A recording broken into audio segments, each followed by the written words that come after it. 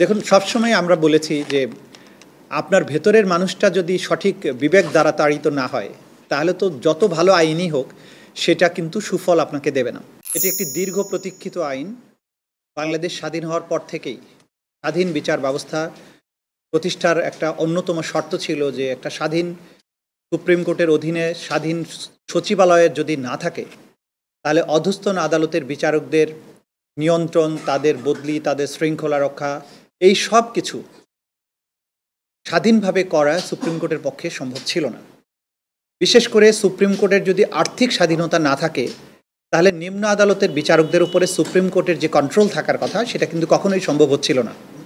এই আইন প্রণয়নের মাধ্যমে দীর্ঘদিনের যে একটা দাবি ছিল জনগণের, বিচার বিভাগীয় কর্মকর্তাদের এবং বাংলাদেশে যারা আইনের শাসন দেখতে চান তাদের সবার একটা দাবি ছিল, অবশ্যই যেন সুপ্রিম কোর্ট একটা সচিবালয় প্রতিষ্ঠা করা হয়, যেটার অধীনে পুরো বিচার ব্যবস্থাকে এটার আওতাভুক্ত করা হয়। অন্তর্বর্তীকালীন সরকার শেষ পর্যন্ত এই কাজটা করেছেন। এইটা অবশ্যই আমরা মনে করি জাতির জন্য একটা গুরুত্বপূর্ণ কাজ হয়েছে এবং বাংলাদেশের বিচার বিভাগের ইতিহাসে একটা সোনালী সংযোজন হয়েছে। যদিও এই অধ্যাদেশ জারির সাথে সাথে আরও কিছু কাজ বাকি রয়েছে। সেকশন 1-এ যেমন বলা হয়েছে যে সেকশন 7-এর যে বিধানাবলী সেগুলোকে আরেকটি গেজেটের মাধ্যমে প্রকাশ করতে হবে। সেটা সময়ের ব্যাপার মাত্র, কিছুদিনের মধ্যেই আমরা আশা করছি সেই পর্বটাও হবে। এই পৃথক সচিবালয়ের প্রতিষ্ঠার মাধ্যমে সরকারের দিক থেকে বিচার ব্যবস্থাকে স্বাধীন করার ব্যাপারে যতটুকু করার ছিল সরকার সেটা করেছেন, কিন্তু এখন পুরো দায়িত্বটা চলে গেছে বিচার বিভাগের কর্মকর্তাদের কাছে, বিচার বিভাগের উপরে, মাননীয় বিচারকদের উপরে। স্বাধীনতা মানে যা ইচ্ছা তাই করা নয়, স্বাধীনতা হচ্ছে যা করা উচিত সেটা করার স্বাধীনতা থাকাটাই হচ্ছে স্বাধীনতা। সে কারণে এই বিচার বিভাগের পৃথক সচিবালয় যখন হলো, বিচার বিভাগ সুপ্রিম কোর্ট সম্পূর্ণভাবে প্রশাসন বিভাগ থেকে আলাদা হলো, এই সময়ে বিচার বিভাগের দায়িত্ব অনেক বেড়ে গেছে। এখন বিচারকদেরকে মনে রাখতে হবে যে জাতির একটা গুরুত্বপূর্ণ জায়গায় তারা যে দায়িত্বটা পালন করছেন সেটা যাতে সবসময় জনগণের প্রত্যাশা পূরণ করতে পারে, ন্যায় বিচারের সকল স্ট্যান্ডার্ড মেনটেন করতে পারে এবং জাতি যাতে ন্যায় বিচার প্রাপ্তির তাদের যে অধিকার সেটা যাতে সঠিকভাবে পায়। অতীতেও আমরা দেখেছি যে সংবিধানে বিধান অনুযায়ী বিচার ব্যবস্থা, বিচার বিভাগ, সুপ্রিম কোর্ট মূলত স্বাধীন ছিল, কিন্তু সচিবালয় না থাকার কারণে তাদের অনেক ধরনের বিষয়বস্তু যেগুলো সরকারের অধীনে ছিল, তাদের প্রমোশন, বদলি, তারপরে তাদের আর্থিক স্বাধীনতা, সেই বিষয়গুলো এখন যেহেতু এটা দূর হয়েছে, মনে রাখতে হবে অতীতে এই স্বাধীন বিচার ব্যবস্থার সুযোগ নিয়ে অনেক বিচারক সুপ্রিম কোর্টের যারা নিজেদেরকে এমন পর্যায়ে নিয়ে গেছিলেন দলীয় করণের ব্যাপারে, দলীয় তোষণের ব্যাপারে, যে নিজেদেরকে তারা শপথবদ্ধ রাজনীতিবিদ পর্যন্ত বলতে দ্বিধা করেননি। এই ধরনের বিচারকের কোনো স্থান বাংলাদেশে আর থাকবে না এবং স্বাধীন বিচার ব্যবস্থা প্রতিষ্ঠা হওয়ার পরে, সচিবালয় প্রতিষ্ঠা হওয়ার পরে আমরা আশা করব বিচার বিভাগে সেই সমস্ত মাননীয় বিচারকরাই আসবেন যারা নিজেকে সবসময় বিবেক এবং সংবিধান এবং আইনের দ্বারাই, আইনের কাছেই জবাবদিহি মনে করবেন, অন্য কারো কাছে, রাষ্ট্রের বিভিন্ন অর্গান, রাজনীতিবিদ, প্রধানমন্ত্রী, প্রশাসনের কর্তা ব্যক্তি, নিজের প্রিয়জন, এগুলো কারো কাছে তিনি দায়বদ্ধ থাকবেন না। তিনি শুধুমাত্র আইন, সংবিধান এবং বিবেকের কাছে দায়বদ্ধ থাকবেন। এমন একটি বিচারালয় প্রতিষ্ঠিত হবে এবং ওই ধরনের বিচারক যারা অতীতে বাংলাদেশের বিচারাঙ্গনকে কলঙ্কিত করেছেন, এইরকম কোনো বিচারক এখানে আর আসবেন না। এইরকম একটা সুদিন দেখার প্রত্যাশা আমার মধ্যে আছে, নাগরিক হিসাবে আছে, একজন আইনজীবী হিসাবে আছে। আমি মনে করি যে এটা জাতির ইতিহাসে একটা স্বর্ণালী সংযোজন হয়েছে। আমি কিন্তু সেটা ইতিমধ্যেই আপনাদেরকে বলেছি যে যখনই স্বাধীন হবেন তখন আপনার রেসপন্সিবিলিটি অনেক বেশি বেড়ে যায়। আপনি যখন আরেকজনের অধীনে কাজ করেন তখন আপনার অনেক কিছু কন্ট্রোল করার দায়িত্ব যিনি আপনাকে কন্ট্রোল করবেন তার উপরে বর্তায়। কিন্তু আপনি যখন স্বাধীন হয়ে যাচ্ছেন তখন একজন স্বাধীন মানুষের, স্বাধীন প্রতিষ্ঠানের রেসপন্সিবিলিটি অনেক বেশি বেড়ে যায়। সে কারণে আমরা মনে করি, আমরা সবসময় পজিটিভ।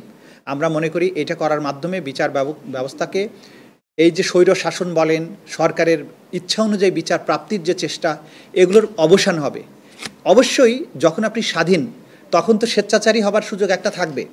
সেই জায়গাটায় আমরা বলছি যে বিচারক এমন লোকদেরকেই নিয়োগ করতে হবে যারা সেই রকম স্বেচ্ছাচারী হবেন না, যারা আইন, বিবেক এবং সংবিধান দ্বারাই পরিচালিত হবেন, অন্য কিছু দ্বারা নয়। যখন বিচারকরা আইন, সংবিধান এবং বিবেকের কাছে দায়বদ্ধ থাকবেন, কমিটেড থাকবেন জাস্টিসের প্রতি, তখন তাদের স্বৈরাচারী হওয়ার কোনো সুযোগ থাকবে বলে আমরা মনে করি না। মন্ত্রণালয় অথবা অ্যাটর্নি জেনারেলের অফিসের লোকজন থাকা মানেই স্বাধীনতার হানি নয়, কারণ একটা রাষ্ট্রযন্ত্রের মাঝখানে সুপ্রিম কোর্ট কিন্তু একেবারে বিচ্ছিন্ন দ্বীপ নয়। আপনাকে রাষ্ট্রের সাথে, সরকারের বিভিন্ন অর্গানের সাথে এক ধরনের ওয়ার্কিং রিলেশনশিপ তো রাখতে হবে।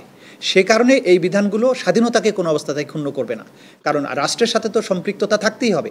বিচার বিভাগ তার বিচার কার্যের ক্ষেত্রে স্বাধীন, কিন্তু সেটা তো রাষ্ট্রেরই একটা অঙ্গ, যে কোনো একটা রক্তনালীর মাধ্যমে তো রাষ্ট্রের সাথে সম্পৃক্ত। সে কারণে এই যে সংযুক্তিটুকু আছে সেটা এই প্রতিষ্ঠানটাকে ফাংশনাল রাখার জন্য প্রয়োজন হবে। এতে করে স্বাধীনতার কোনো বিঘ্ন ঘটবে বলে আমরা মনে করি না। দেখুন, এটা কিন্তু বিচারকদের স্বেচ্ছাচারিতা রোধ করার জন্য সুপ্রিম জুডিশিয়াল কাউন্সিল আছে, এবং যদি অধস্তন বিচারালয়ের বিচারকদের ক্ষেত্রে এটা ঘটে তখন সেটা নিয়ন্ত্রণ করার জন্য সুপ্রিম কোর্ট আছে। সুতরাং চেক অ্যান্ড ব্যালেন্সের ব্যবস্থা কিন্তু সংবিধানেই রাখা আছে। সে কারণে কখনোই কেউ একেবারে একক ক্ষমতাশালী হয়ে স্বেচ্ছাচারী হয়ে যাবে, এটা কিন্তু রোধ করা হয়েছে কনস্টিটিউশনাল প্রভিশনগুলোর মাধ্যমে। সুতরাং সংবিধানে পৃথকীকরণের পাশাপাশি চেক অ্যান্ড ব্যালেন্সের ব্যবস্থা যেভাবে রেখেছে সেই ব্যবস্থা কার্যকর থাকলে এটা স্বেচ্ছাচারী হওয়ার কোনো সুযোগ হবে না ভবিষ্যতে বলে আমরা মনে করি। দেখুন, সবসময় আমরা বলেছি যে আপনার ভেতরের মানুষটা যদি সঠিক বিবেক দ্বারা তাড়িত না হয়, তাহলে তো যত ভালো আইনই হোক সেটা কিন্তু সুফল আপনাকে দেবে না। সেজন্য রাষ্ট্রকে সংস্কার, রাষ্ট্রকে সঠিক রাস্তায় তোলা এবং এই যে আজকে বিপ্লবোত্তর পরিবেশে বাংলাদেশকে রিফর্ম করার জন্য যে আপ্রাণ চেষ্টা, এইটার অর্থই হচ্ছে যে কখনো যেন রাজনীতিবিদরা এই জিনিসগুলোকে, এত ভালো আইন বা প্রতিষ্ঠানকে নষ্ট করে ফেলতে না পারে। তো আপনাকে আশাবাদী হয়েই কাজ করতে হবে, যেহেতু 5ই আগস্টের বিপ্লবের পরে বাংলাদেশ গুণগত পরিবর্তনের দিকে ধাবিত হচ্ছে, রাষ্ট্র তার নতুন চেহারায় ফিরছে, নতুন সম্ভাবনা তৈরি হচ্ছে। সেই যাত্রায় একটা গুরুত্বপূর্ণ সংযোজন এখানে হয়েছে। আমরা সবসময় পজিটিভলি থিঙ্ক করছি। আমরা মনে করি আগামী দিনে যারা রাজনীতিবিদ আসছেন, আগামী দিন যারা রাষ্ট্র শাসন করবেন, তারাও নতুন চিন্তা ভাবনা নিয়েই আসবেন, এবং বাংলাদেশ একটা স্বপ্নের যে অভিযাত্রা শুরু করেছে সেই যাত্রায় আমরা পেছনের খারাপ দিকগুলোর দিকে আর চিন্তা করছি না, আমরা সবসময় সামনের দিকেই চিন্তা করছি। আমরা অশুভ কোনো কিছু চিন্তা করছি না। পুরোটা পড়ে দেখে হয়তো অসঙ্গতির ব্যাপারটা বলা যাবে। আমরা এক খোলা চোখে যতটুকু দেখেছি, আরও ডিপলি পড়লে হয়তো এই ব্যাপারে আপনাকে জবাব দেওয়া যেত। আপাতত মনে করি না এটা সঠিক আছে। আমরা মাননীয় প্রধান উপদেষ্টার যে ফেসবুক পেজ থেকে ওই রিপোর্টের একটা সারসংক্ষেপ কিন্তু আমরা পেয়েছি। সুতরাং এই সারসংক্ষেপ থেকেই বোঝা যাচ্ছে যে একটা অসাধারণ কাজ হয়েছে। এই দীর্ঘদিন ধরে জাতির ইতিহাসের এত বড় রক্তক্ষরণ, স্বাধীন বাংলাদেশের রাজধানীর বুকে এতগুলো সামরিক বাহিনীর অফিসারকে হত্যা করা হয়েছে, আমাদের প্রতিরক্ষা ব্যবস্থা, সামরিক বাহিনী, সেনাবাহিনীর মনোবল ভেঙে দেওয়া হয়েছিল, সেটার সঠিক তদন্ত এতদিন পর্যন্ত আলোর মুখ দেখেনি। সেই জিনিসটা এই সরকার করেছেন, জাতির সামনে উন্মোচন করেছেন পেছনের কারা মাস্টারমাইন্ড ছিল, কারা হত্যাকারী ছিল, কারা এটার বেনিফিশিয়ারি, কেন এটা করা হয়েছিল, কী উদ্দেশ্য ছিল। এইটা মনে করি আমাদের জাতির জন্য অনেক বড় সাহসী কাজ হয়েছে, এবং এর মাধ্যমে যারা বিচারের আওতার বহির্ভূত রয়ে গেছে তাদেরকে বিচারের আওতায় আনার সুযোগ সৃষ্টি হয়েছে। অতীতের বিচার করে যাদের শাস্তি দেওয়া হয়েছে, সেখানেও যাদের প্রতি ইনজাস্টিস করা হয়েছে সেটাও এই রিপোর্ট থেকে পাওয়া যাবে। আশা করছি যে সেখানে কাদের প্রতি ইনজাস্টিস করা হয়েছে, কেন ইনজাস্টিস সেটা হয়েছে। এইটা বাংলাদেশের ইতিহাসে একটা অসম্ভব গুরুত্বপূর্ণ ঘটনা।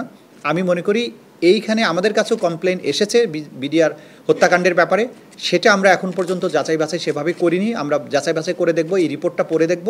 তারপরে যদি আমাদের কাছে মনে হয় যে এই বিচারটা ক্রাইমস অ্যাগেন্স্ট হিউম্যানিটির মধ্যে পড়ছে বা আমাদের এখানে বিচার করার উপযুক্ত, তাহলে এখানে হবে। আদারওয়াইজ সুপারিশ অনুযায়ী বাংলাদেশের প্রচলিত সকল আইন, আমাদের আইন ছাড়াও অন্যান্য আইন যেগুলো রয়েছে সেগুলোর অধীনেও বিচার হতে পারে। কিন্তু যেটা ইম্পর্টেন্ট সেটা হচ্ছে যারা পারপিট্রেটর ছিল, যারা পরিকল্পনাকারী ছিল, পেছন থেকে মদতদাতা ছিল, বেনিফিশিয়ারি ছিল, কারা কারা এখানে সম্পৃক্ত ছিল, এই সব জিনিস যেহেতু উদ্ঘাটন করা গেছে, আশা করি এর মাধ্যমে এদের বিচারও নিশ্চিত করা সম্ভব হবে।